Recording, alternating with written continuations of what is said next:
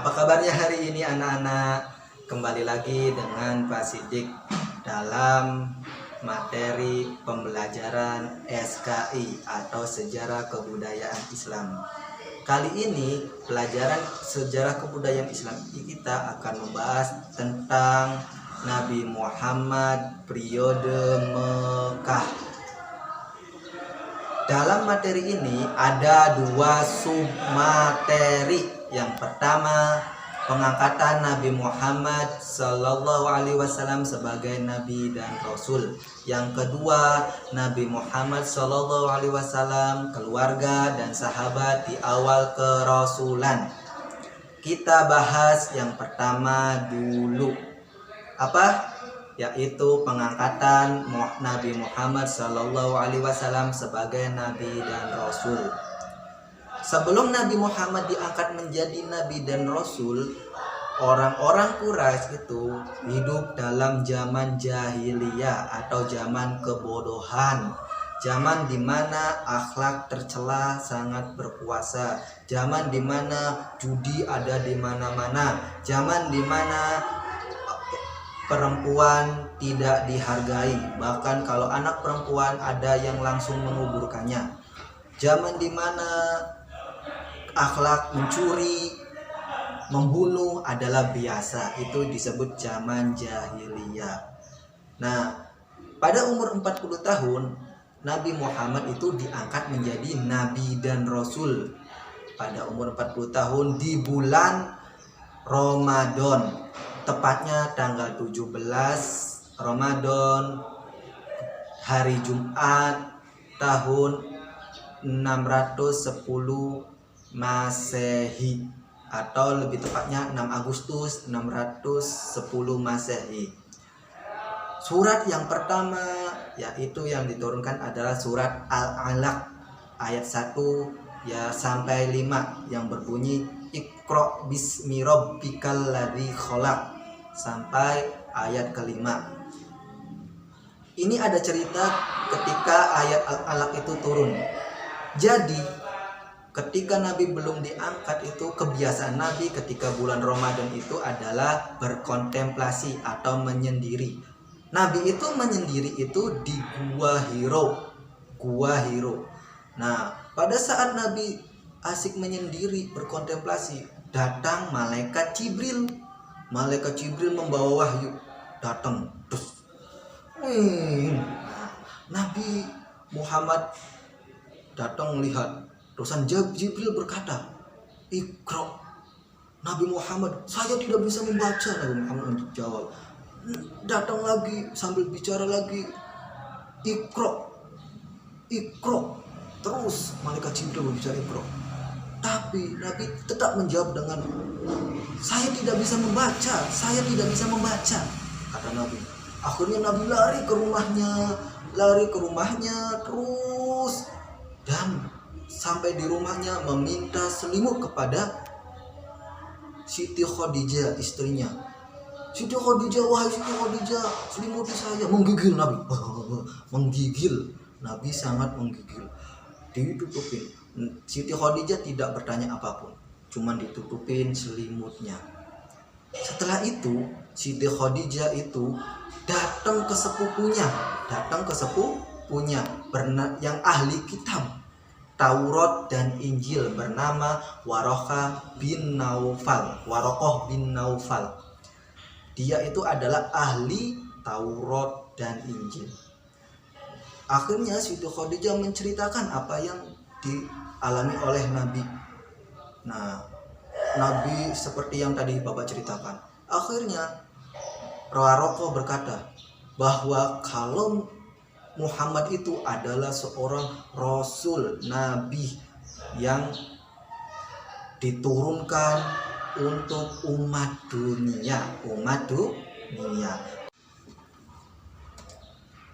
Sekarang kita lanjut ke submateri yang kedua. Nabi Muhammad Sallallahu Alaihi Wasallam, keluarga dan sahabat di awal kerasulan. Nabi Muhammad Sallallahu Alaihi Wasallam beserta keluarga dan sahabatnya di awal kerasulan Nabi itu sangat menderita. Banyak terjadi penganiayaan terhadap orang yang mengikuti Nabi Muhammad. Bahkan Nabi Muhammad sendiri beberapa kali mau dibunuh oleh kafir Quraisy. Mereka ini, orang-orang kafir Quraisy ini sangat tidak suka dengan dakwah Nabi. Menurut dia itu Nabi ini orang sesat lah, pengennya dibunuh. Orang yang menghancurkan agama nenek moyang maunya dibunuh. Padahal Nabi ini membawa agama yang lurus, meluruskan akidah orang-orang kafir Quraisy dan akhlak orang-orang kafir Quraisy. Nah, Nabi Muhammad ini mempunyai anak dari Siti Khadijah. Jadi Nabi Muhammad itu punya istri banyak, tapi yang punya anak itu cuman dari Siti Khadijah. Nah, anaknya itu ada 6, yang 2 laki-laki, yang 3 putri. Nah, yang 2 orang putra ini yaitu namanya Qasim dan Abdullah, tapi tidak hidup lama di dunia. Beliau wafat di waktu masih kecil. Sedangkan 4 orang putri ini, beliau ini hidup dan ada yang menikah dengan sepupu Nabi, sahabat Nabi, yaitu Ali bin Abi Thalib, yaitu Fatimah Az-Zahra. 4 orang putri ini bernama Zainab, Ruqayyah, Ummu Kulsum, dan Fatimah. Nah, Ummu Kulsum juga ini adalah istri seorang sahabat Nabi, yaitu Utsman bin Affan. Nabi juga mempunyai mukjizat yang sangat agung, yaitu pedoman kita. Apa itu pedoman kita? Pedoman kita sebagai umat muslim, yaitu Al-Quran.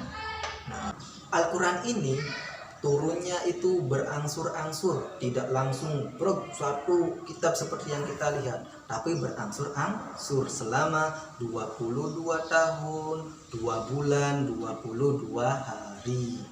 Nah, Al-Quran juga itu ada surat yang turun disebut surat Makkiyah, ada yang disebut juga surat Madaniyah.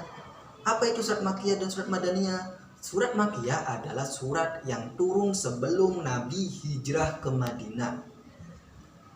Surat yang turun sebelum Nabi hijrah ke Madinah itu disebut surat Makkiyah. Surat Makkiyah itu turun selama 12 tahun, 5 bulan, 13 hari. Sekali lagi, 12 tahun, 5 bulan, 13 hari. Itu surat Makkiyah turunnya selama segitu dan terdiri dari 94 surah. Biasanya suratnya pendek-pendek. Dan surat Madaniyah adalah surat yang turun sesudah Nabi hijrah ke Madinah. Surah yang turun sesudah Nabi hijrah ke Madinah itu disebut surah Madaniyah. Surah Madaniyah ini turun selama 9 tahun, 9 bulan, 9 hari. 9 tahun, 9 bulan, 9 hari. Udah kan? Dan terdiri dari 20 surah atau 20 surah. Itu adalah surah Madaniyah. Nah, kok kenapa dibagi 2? Surah Makkiyah ini berisi biasanya tentang ketauhidan, yaitu hubungan manusia dengan Tuhan. Kayak surat Al-Ikhlas, Qul huwallahu ahad, itu adalah surat Makkiyah. Itu berisi tentang ketuhanan atau ketauhidan. Yang surat Madaniyah itu biasanya turunnya itu tentang hubungan manusia dengan manusia, muamalah, yaitu seperti berdagang, terus berinteraksi yang baik. Itu adalah surat yang kebanyakan turun di Madinah, atau biasanya surat Madaniyah itu adalah hubungan manusia dengan manusia.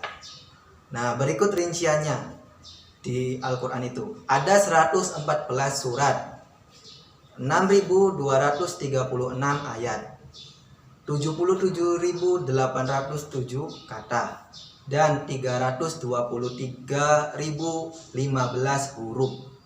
Itu berikut rincian yang ada di Al-Quran.